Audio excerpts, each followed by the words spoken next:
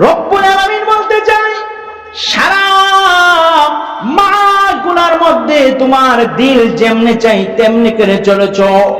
বান্দারে, তোমার দিল, তোমার ওই রূহটা কিছুটা দুর্বল হয়ে গেছে। কেমনে বুঝবা তোমার রূহটা, তোমার অন্তর দুর্বল হয়ে গেছে? কেমন করে তুমি বুঝবা? ও বান্দা, তোমার সামনে যখন আমি আল্লাহ তাআলার হুকুম এসে যায়, মুয়াজ্জিন ফজর বেলা আযান দেয়, আসসালাতু খায়রুম মিনান নাওম, আরে বান্দা, ঘুম থেকে কিন্তু নামাজ বালা। বালাগাল উলা বিকামালিহি কাশাফাদ দুজা বিজামালিহি হাসানাতু জামিউ খিসালিহি সাল্লু আলাইহি ওয়া আলাইহি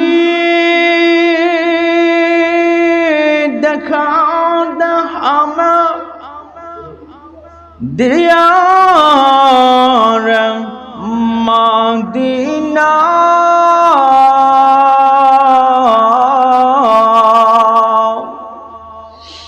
এলাহি বনা দে হামে গুবার মদিনা। লা ইলাহা লা ইলাহা লা ইলাহা ইল্লাল্লাহ, লা ইলাহা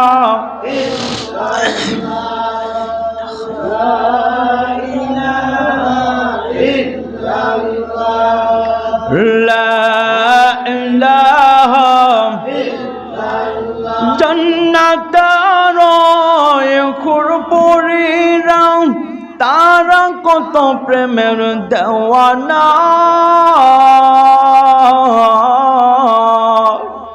সবেদারি ওলিরা করছে এই নাম সাধনা। লা ইলাহা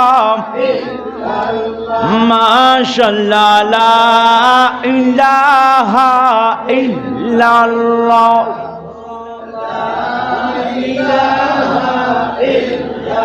লা ইলাহা ইল্লাল্লাহ মুহাম্মাদুর রাসূলুল্লাহ সাল্লাল্লাহু আলাইহি ওয়াসাল্লাম। সাদাকাল্লাহুল আযীম ওয়া সাদাকা রাসূলুহুন নাবিয়্যুল কারীম ওয়া নাহনু আলা যালিকা মিনাশ শাহিদিন মিনাশ শাহিদিনা ওয়াশ-শাকিরিন ওয়ালহামদুলিল্লাহি রাব্বিল আলামিন। নেহায়ত কাবিল ইহতিরাম মুআজ্জাজ মুকাররম দিগারে উলামায়ে কেরাম মুরব্বিয়ানে ইজাম আজিজ তোলাবা, উপস্থিত রয়েছেন হৃদয়ের স্পন্দন কলিজার টুকরা যুবক ভাইয়েরা, আমরা সর্বপ্রথম ওই মহিয়ান গরিয়ান সুবহানাল্লাহ তাআলার দরবারে অসংখ্য অগণিত শুকর এবং সুজুদ জ্ঞাপন করছি যে রব্বে কারীম আমাদের সকলকে সুস্থতার নিয়ামত দিয়ে পৃথিবীর শ্রেষ্ঠ মাকামে মাহে রমাদানের সর্বশেষ জুমা আমাদের সকলকে একত্রিত করে আল্লাহ তাআলা শ্রেষ্ঠ মাকামে একত্রিত করে দিয়েছেন। সেই সুবাদে আমরা সকলে অবনীত চিত্তে হৃদয় উজাড় করে দ্বীপ প্রহরের নিস্তব্ধতা বন্ধ করে একই সুরের সমস্বরে ইমানের তেজে তেজিয়ান হয়ে প্রাণ খুলে দিল বলেন অন্তরস্থল থেকে আমরা সকলে বলি কালিমাতুশ শুকর, আলহামদুলিল্লাহ। লক্ষ কোটি দুরূদ এবং সালাম পেশ করছি মহান আল্লাহ তাআলার সৃষ্টিকুলের প্রধান আকর্ষণ, বিশ্ব সবার সভাপতি সাইয়্যিদুল সাকালাইন ইমামুল মুরসালিন খাতামুন নবিয়্যিন রহমতে আলম হাবিবে কিবরিয়া শামসুল আলম শামসুল হিদায়া বিশ্বনবী সাল্লাল্লাহু আলাইহি ওয়াসাল্লামের উপর। সম্মানিত উপস্থিতি, আজকে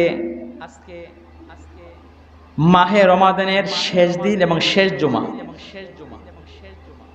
শেষ দিন এবং শেষ জুমা। এমন একটা দিন হইতে পারে আমাদের জীবনে আর নাও আসতে পারে। এটা আমাদের জীবনের শেষ জুমা, শেষ রমাদান হতে পারে। আমার বন্ধুরা, আল্লাহ তাআলা রব্বে কারীম আমাদেরকে এই মাহে রমাদান কেন দিয়েছিলেন? আমি রমজানের পূর্বে শাবান মাসে বর্ণনা করেছিলাম। এই রমজান আমাদেরকে সুস্থতা দান করতে আসছে 11 মাস। কারণ দেহ এবং রূহ যদি একত্রিত যদি সুস্থ থাকে তখন সে কি পরিপূর্ণ সুস্থ। দেহ সুস্থের জন্য, যেহেতু দেহ কিসের তৈরি বলতে পারবেন? মাটির তৈরি। দেহ কিসের তৈরি? মাটির তৈরি। দেহ যেহেতু মাটির তৈরি, এই দেহকে সুস্থ রাখার জন্য মাটি থেকে উৎপন্ন বস্তু আহার করলে ওই বডি, ওই দেহকে সুস্থ থাকে।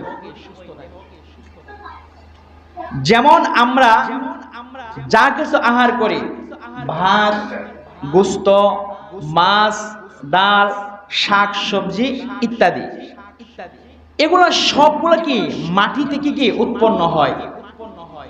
এই মাটির দেহের ভিতরে মাটির উৎপন্ন বস্তু ঢোকালে সেই বডিটা, সেই দেহটা কি সুস্থ থাকে। কিন্তু রূহ তো এমন এক বস্তু, কেন রূহ হলো আল্লাহ তাআলার হুকুম। কার? আল্লাহ তাআলার হুকুম হলো কি রূহ। সেই সুবাদে আল্লাহ তাআলার যে হুকুম রূহ, সেটা সুস্থ হবে শুধুমাত্র আল্লাহর হুকুম মানতে পারলে। কথা বুঝতে পারছেন? তাহলে মাটির দেহ যেটা আল্লাহ তাআলা তৈরি করছেন মাটি থেকে, সেটা আবার মাটি থেকে উৎপন্ন বস্তু ভিতরে প্রবেশ করে ঢোকাইলে ওই কি সে দেহটা কি সুস্থ থাকে, সবল থাকে, তাজা থাকে।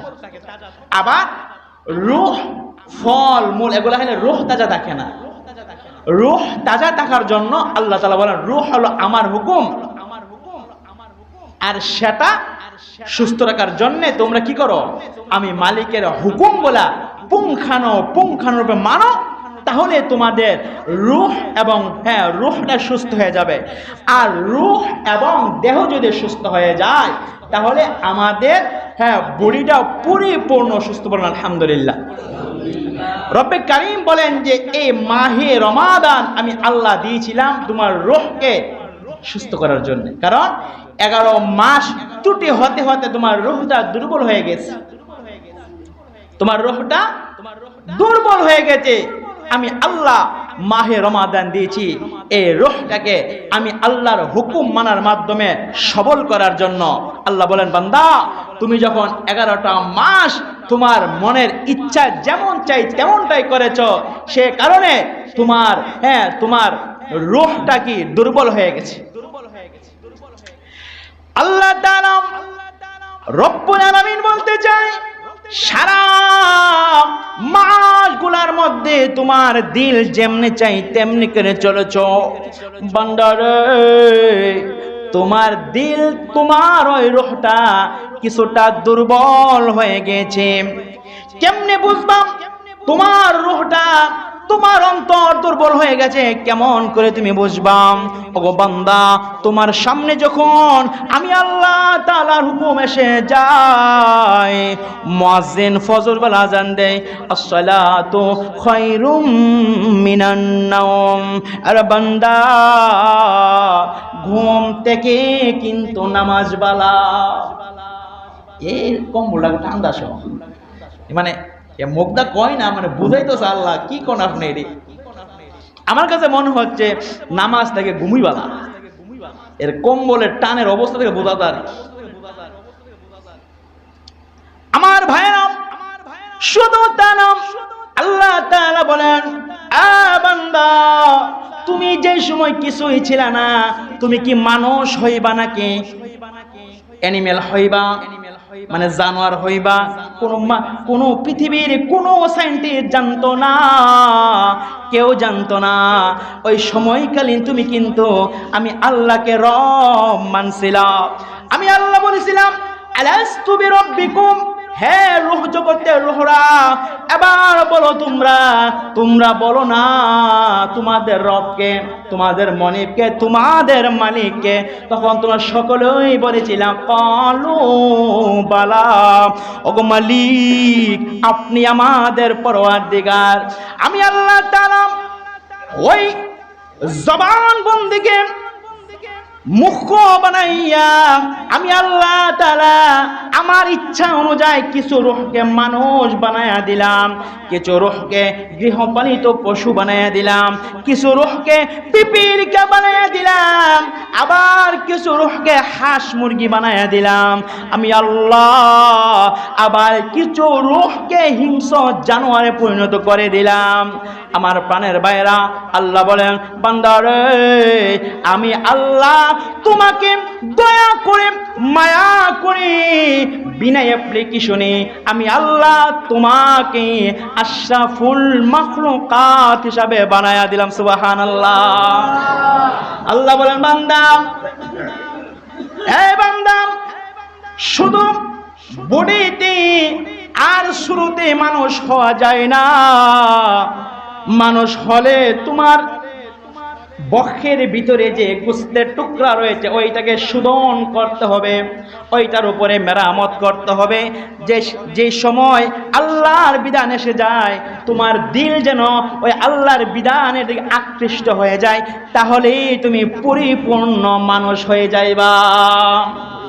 আল্লাহ বলেন, বান্দা, ওই রূহ জগতের মধ্যে আমি আল্লাহকে রব মানার পরে এবার আমি আল্লাহ তাআলা দয়া করে মানুষ বানায় দুনিয়াতে পাঠাইলাম। বান্দারে, এরপরে আমি আল্লাহ তাআলা ক্ষান্ত হয় নাই। আমি আল্লাহ একবার নয়, দুইবার নয়, দৈনন্দিন 5 বার তোমার কানে ওই রূহ জগতের এলানটা আমি আল্লাহ আবারও বাজায়া দেয়। আমি আল্লাহ মুয়াজ্জিনের মাধ্যমে, মুয়াজ্জিন আমি আল্লাহর পক্ষ থেকে ঘোষণা করে দেয়, হাইয়া আলাস সালাহ।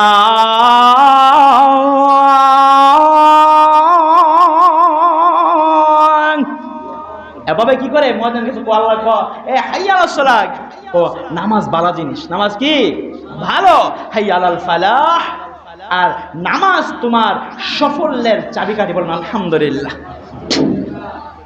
কিন্তু সে কি করে না, এতক্ষণ মসজিদের বারিন্দা বা বেলকনির পাশাপাশি ছিল, মাটি ছিল, যেই মাত্র বললো হাইয়া আলাস সালাহ, হাইয়া আলাল ফালাহ, এর সোজা বাড়িতে। এও তো হে কম্বলের মতো বোঝা যায়, আল্লাহ কি কোন আপনি নামাজ বালা, আমার তো মনে বাদ গেল কি বালা। মানে এর আচরণে বোঝায়। মানে অনেক সময় অনেক কথা কি মুখে বলতে হয় না। যেমন প্রায় সময় আমি একটা উদাহরণ দিয়ে থাকি যে বাড়ির সামনে আমি কাঁঠা দেই, বাড়ির সামনে আমার যে মানে রাস্তাটা গিটের সামনে তালা দিলে, আরে কাঁঠা দিলে, এখন আপনি ওইদিকে গেলেন, গিয়ে কি বুঝবেন? এদিকে যাওয়া যায় তো, কথা কন না, এদিকে যাওয়া যায় তো না, কি আমি কি কইছি না কাটাই কইতাছে? কাটাই বলে যে এদিকে যাওয়া যাবে না।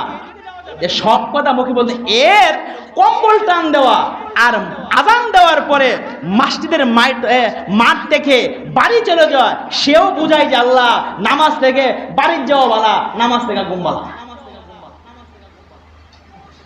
আল্লাহ বলেন, বান্দা, ওইখানে বলেছিলা আমি তোমার রব, আমি তোমাকে সহজ হওয়ার জন্য, তুমি যেমন ঢাকাতে যাইবা, তোমার ট্রেন বা তোমার ফ্লাইট হলো 5টায়, তোমাকে 3 ঘন্টা আগে উঠতে হবে, তুমি মোবাইলে অ্যালার্ম দেওয়া না, অ্যালার্ম, আমি আল্লাহ 5 বার অ্যালার্মের ব্যবস্থা করেছি, তুমি যেন রূহ জগতের কথাটা ভুলে না যাও। আর আমি আল্লাহর কোনো দায়বদ্ধতা কি না করতে পারো। আমি আল্লাহ তাআলা 1 বার না, 2 বার না, 3 বার না, 5 বার অ্যালার্মের ব্যবস্থা করেছি।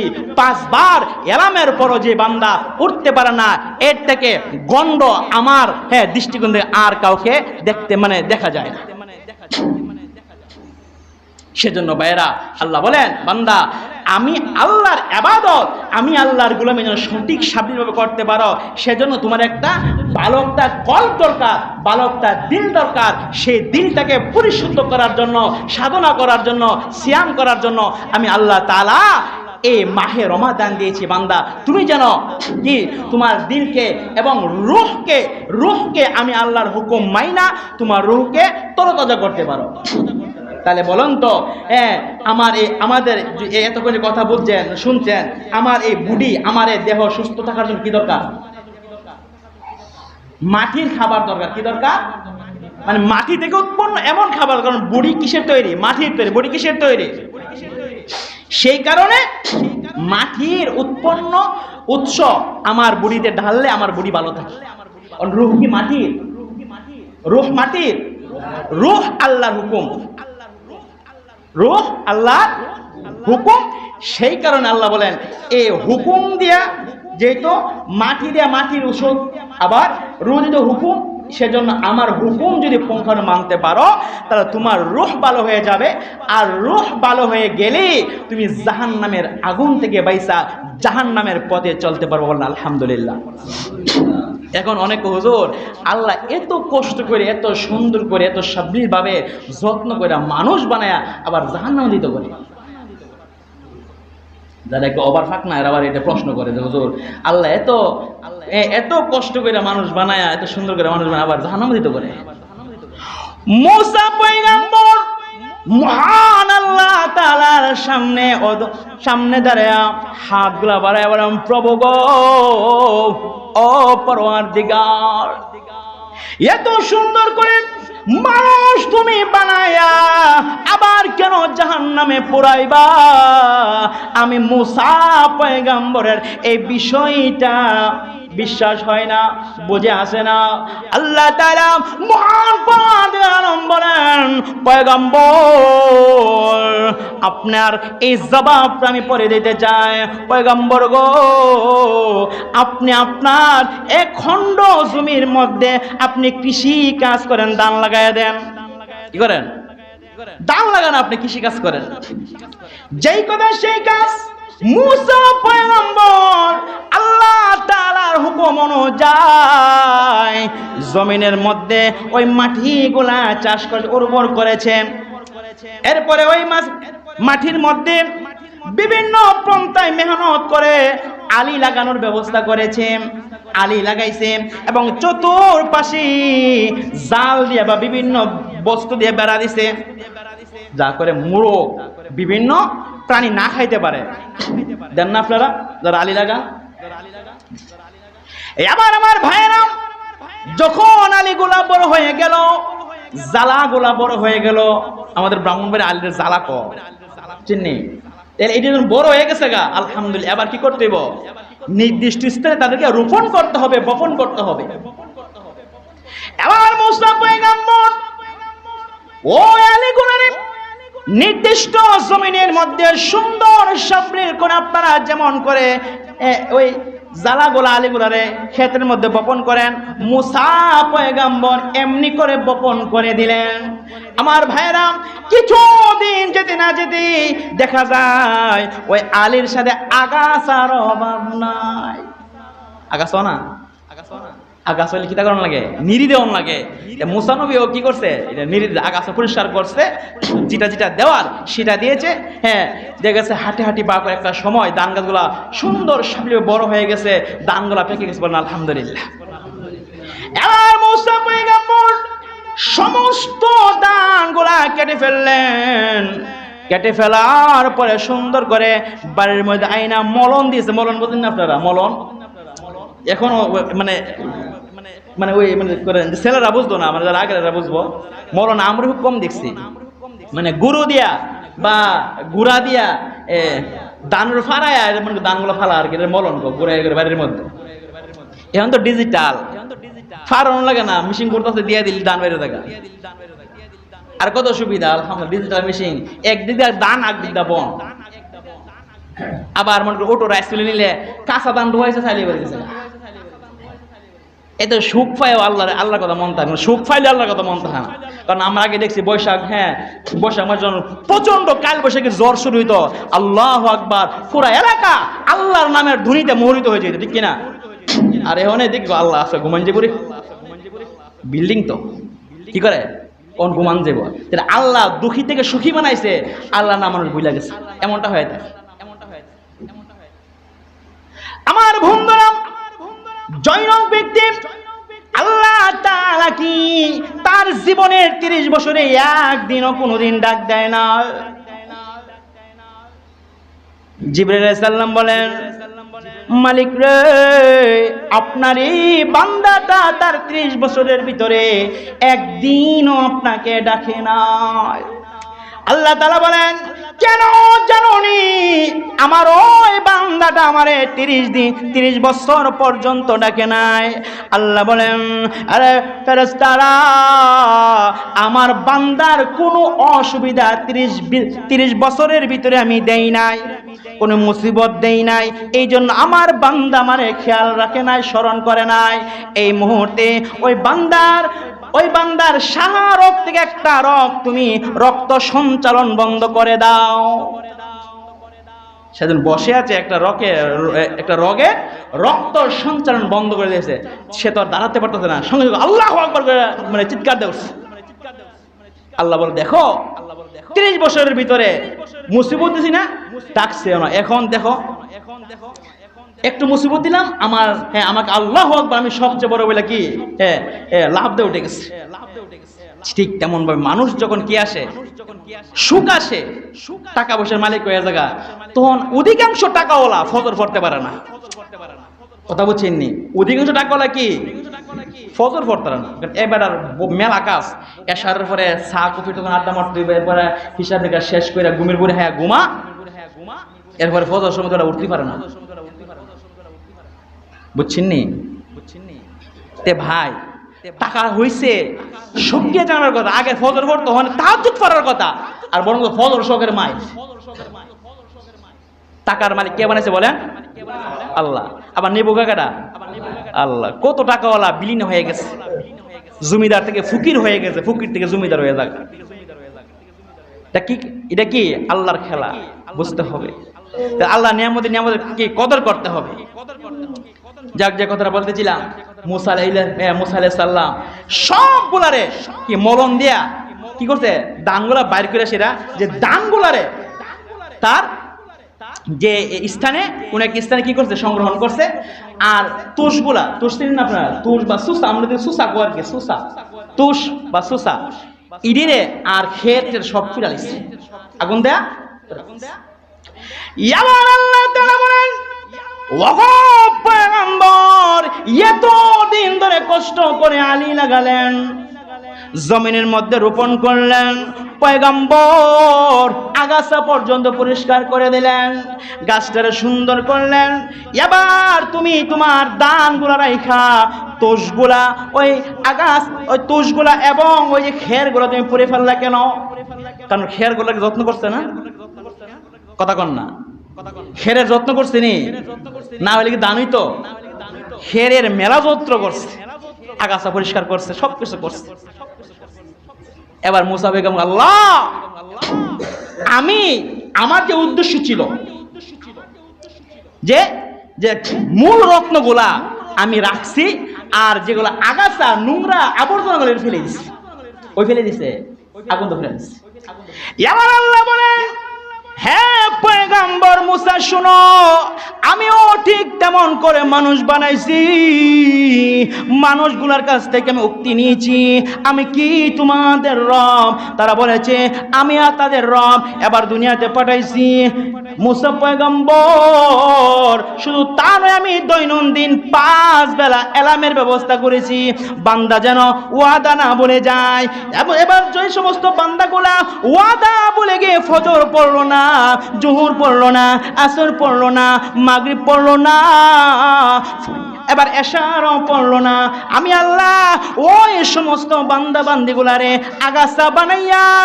আগাছা বানাইয়া তুমি যেমন করে রত্নটা আলাদা করছো, আমি আল্লাহও যারা 5 ওয়াক্ত নামাজ পড়েছে, রমজানের রোজা রাখছে, মালের যাকাত দিয়েছে, আমি আল্লাহ তাদেরকে আলাদা করে দে, আর ওই আগাছা নামক মানুষগুলারে জাহান্নামের ইন্ধন বানায়া দেয়। নাউজুবিল্লাহ। এত কথার পরও দেখবেন যে আজকে তো শেষ দিন, ঈদের রাতে থেকে ল্যাংটা হয়ে দেবো, পুরা ল্যাংটা। মনে করি না কাপড় ফোনলে মানে সব ঢাকা থাকে, কিছু কাপড় ফরার পরে উলঙ্গ হয়ে যায়।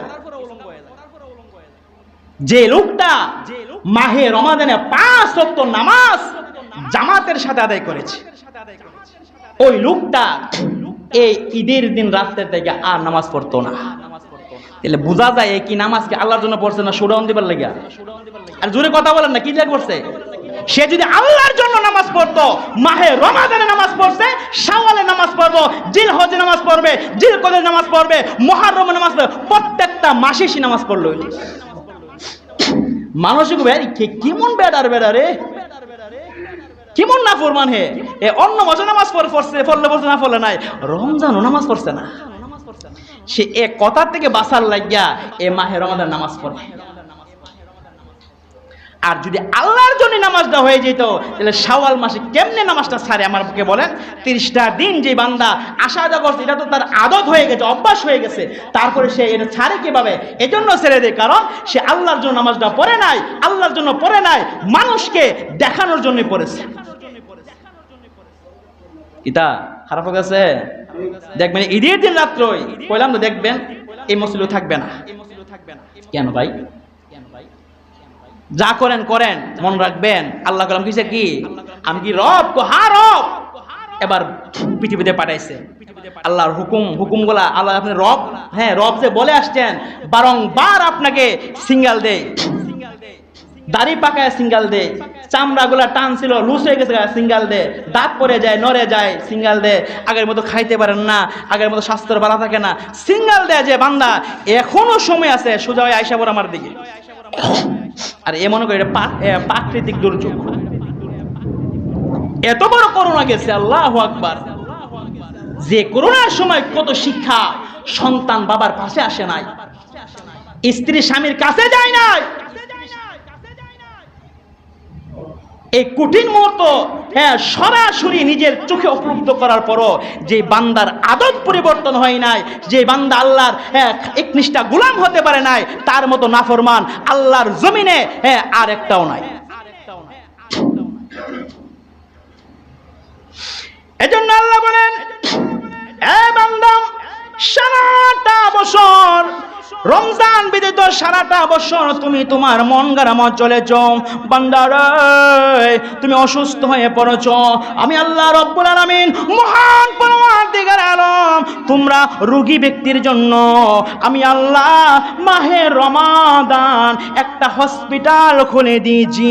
ওরে বান্দা, এইখানে যদি তুমি ভর্তি হয়ে যাও, আল্লাহ রব্বুল আলামিন বলেন কুরআন তেলাওয়াতের মাধ্যমে, তারাবি নামাজের মাধ্যমে, তাসবিহ তাহলিলের মাধ্যমে আমি আল্লাহ তোমার রূহের চিকিৎসা করব।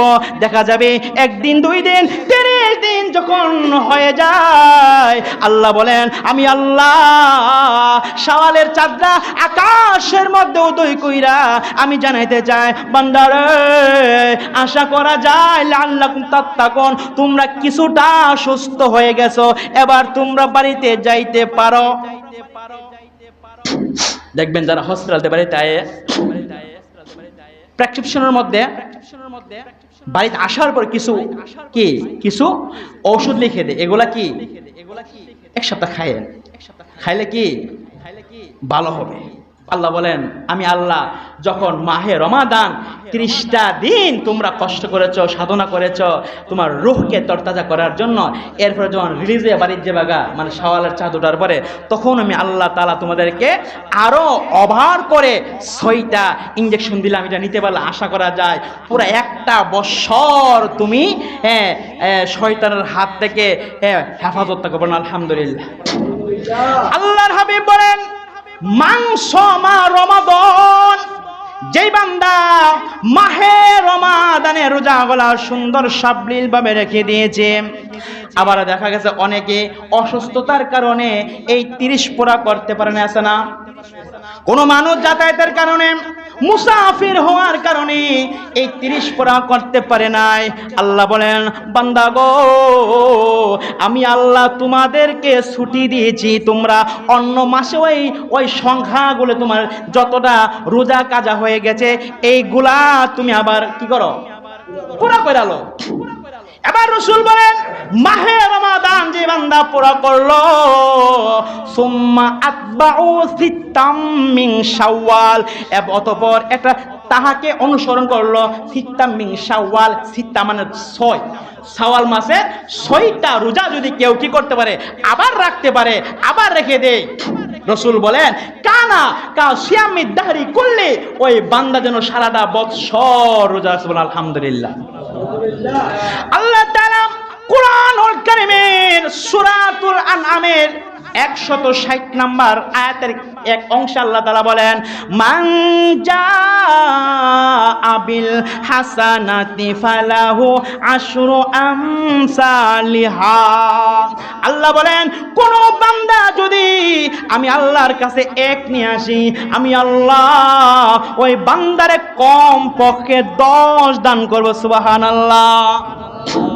দুনিয়ার কোন এমন বাদশা, দুনিয়ার এমন কোন কোটিপতি নাই যে বান্দা একটা কাজ করলে 10টা মাইনা দেয়, এক কাজ করলে একটা দেয়, একত্রিত যদি 10টা 11টা কাজ করে দেয়, মানে একটাতে একটা বেনিফিট, তাহলে 11টা কাজ করলে 10টি হয়ে যাবে, মিল আছে, বাকি একটি আর দিতে চান না। কিন্তু আল্লাহ বলেন, না, আমি দুনিয়ার মালিকের মতো না, আমি দুনিয়ার বাদশার মতো না, আমি হলাম আহকামুল হাকিমিন, রব্বে কারীম। আমি এমন একজন ব্যক্তি, এমন একজন সত্তা যিনি একটা কাজ করলে কমপক্ষে 10টা, কয়টা? উপরে 700। সুবহানাল্লাহ বলেন। মালিক চাইলে আমি খুশি হয়ে যায়। সেই সময় আল্লাহর হাবিব বলেন, কোন বান্দা যদি মাহে রমাদানের 1 মাস রোজা রাখে বা 30টা রোজা রাখে, 30 রে 10 দিয়া পূরণ করলে, গুণ করলে পাওয়া যায় 300, ঠিক কিনা? জোরে বলেন, কয়টা পাওয়া যায়? 300 পাওয়া যায়। আরো বাকি থাকে 65 দিন, ঠিক না? আল্লাহর হাবিব বলেন, কোন বান্দা যদি শাওয়াল মাসের এই 6টাও রাখে, তা 6 দশম কত হয়? 60, 360। রাসূল বলেন, মুসলমানদের জন্য 5 দিন রোজা রাখা মহান আল্লাহ হারাম করে দিয়েছেন।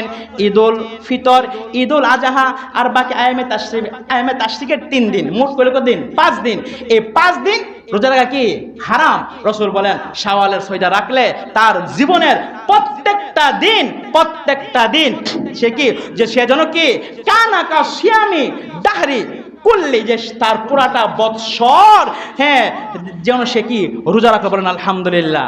তাহলে রমজানের পরে শাওয়াল মাসে 1.5 মাস তো খাওয়া দাওয়া করেন নাই, 1 সপ্তাহ ভালো করে খাওয়া দাওয়া করে আবার 6 রেখে দিলে কি ভালো হয় না ইনশাল্লাহ?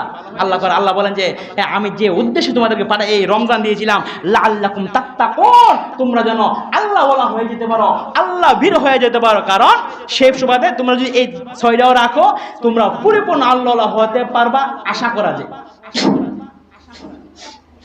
ইনশাআল্লাহ রাখবেন তো? নিজেরা রাখবেন এবং বাসা তারা বলবেন ইনশাআল্লাহ। তাহলে ভাইরা আমার, তাহলে আল্লাহ যে রমজান আমাদেরকে দিয়ে শেষ করছি, আল্লাহ যে আমাদের রমজান কেন দিয়েছিল? আমরা তাকওয়াবান হয়ে যেতে পারি।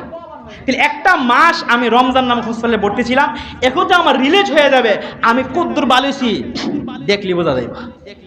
আমি রমজানের আগে নামাজ পড়ছি না, রমজান ফরি না, তাহলে আমার কি ইন্টিমেটিক কাম হইছে?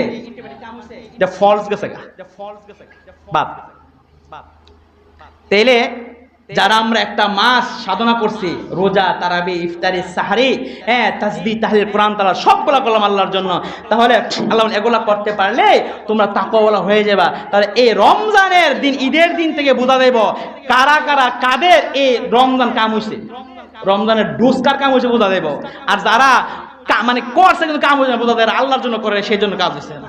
আল্লাহ পাক রব্বে কারীম যে কথাগুলো বলেছি, আমরা রমজানে যেমন ভাবে নামাজ পড়েছি, তাসবিহ তাহলিল করেছি, অন্য মাসও আল্লাহ তাআলা কম বেশি করে আল্লাহ তাআলার হুকুমগুলো মানার তাওফিক যেন আল্লাহ পাক দান সকল বলেন আমিন।